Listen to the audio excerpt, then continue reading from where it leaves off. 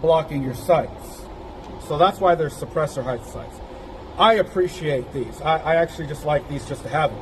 I don't run suppressed, but I like to have them just because. My H&K has them as well. So I really enjoy these. But anyways, let's do this.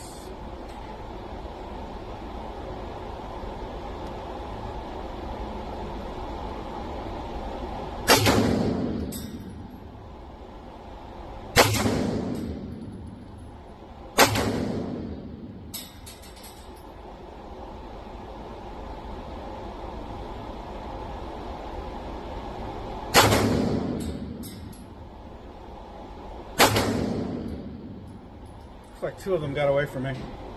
You can see I threw two of them off to the side, but I got these three nice and in there.